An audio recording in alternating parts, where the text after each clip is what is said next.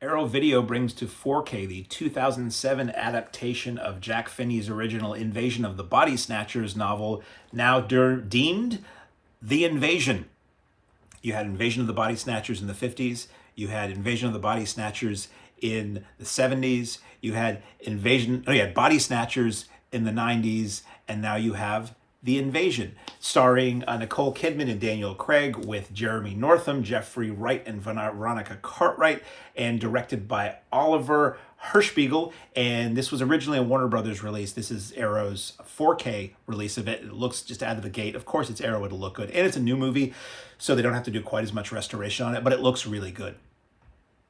This was a film I did not go to see in the theater at the time because I wasn't interested. I thought it was just silly fluff, and I was just like, I have two versions of this story that I love. How can it be any better than them?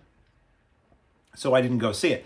Looks phenomenal in 4K, really nicely shot, some really interesting setups and shots and cinematography in this film. And I thought it was quite good. You know, it was kind of trashed at the time, but I think it maybe plays better now in 2024 as I record this, 2025 and ongoing. Now that we've been through the COVID experience, this film plays differently. So I'll get into it. So tech specs, it's presented in English 2.0 stereo, English 5.1 surround sound, English SDH subtitles for deaf and hard of hearing, which is subtitles for everything that is said, but also subtitles for everything that you would hear in the film. And basically it goes a little something like this. Film starts with a space shuttle basically breaking apart upon reentry and crashing somewhere. Government shows up. NASA people in the white spooky hazmat suits show up to try to deal with the crash and look at the debris. There is something attached to the debris, these weird spores.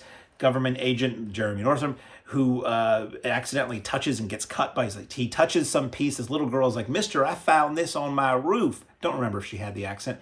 And he touches it, ow, sucker burns, and then walks away. And eventually we determine that he has been infected by whatever that spore was. And that's how the invasion begins. So unlike the other Invasion of the Body Snatchers films, there's no pods in this film. This is transmitted person to person through liquid.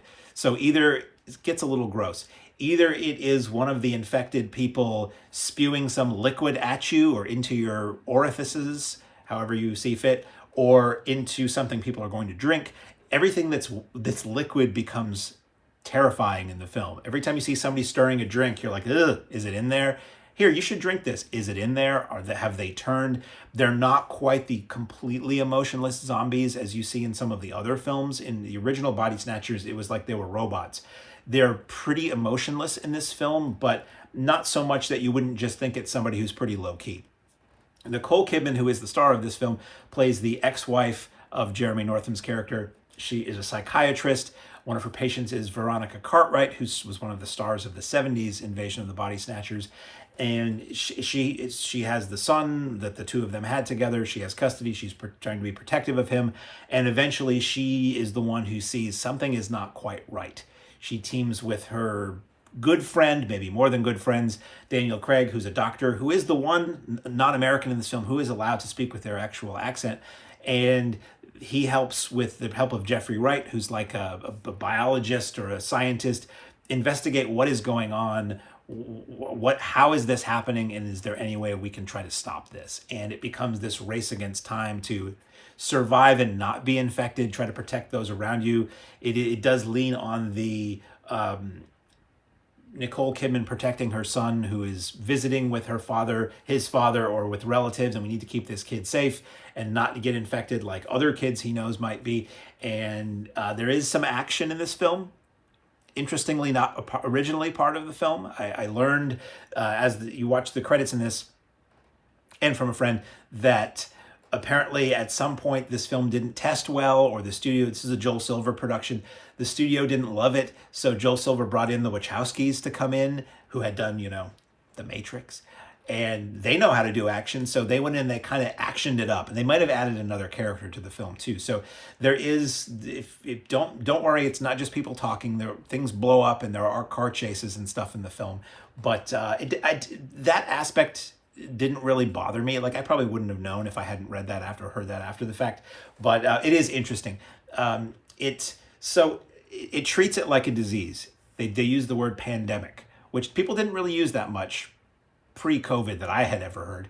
And it hits this was like a post 9/11 film, and the film, maybe in some aspects, that is woven into the story and what the film is getting across and alluding to.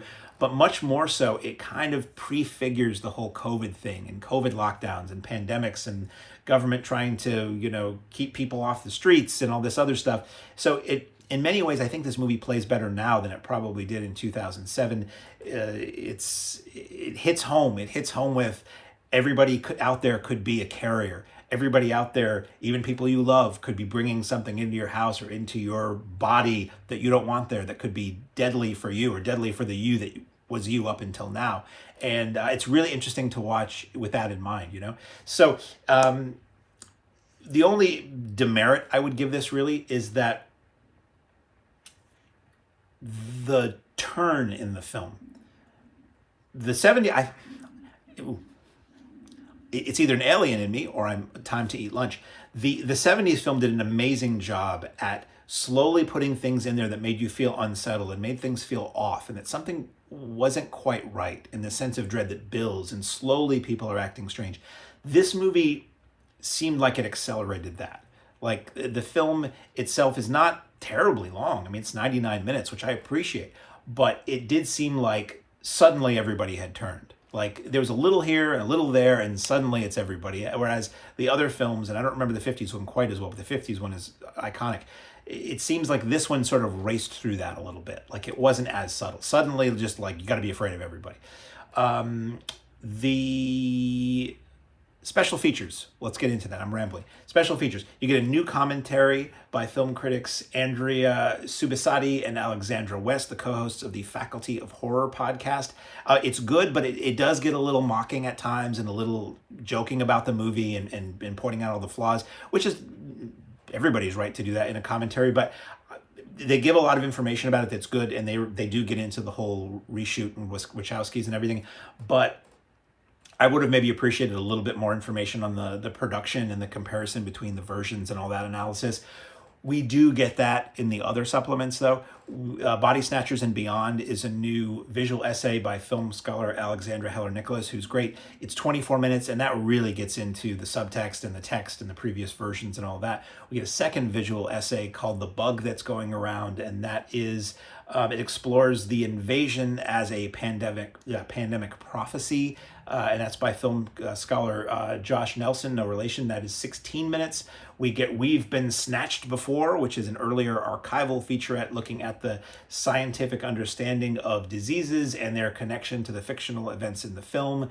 Then we get behind the scenes segments that are all relatively short. We get The Invasion, a new story, and these are all just like a couple minutes.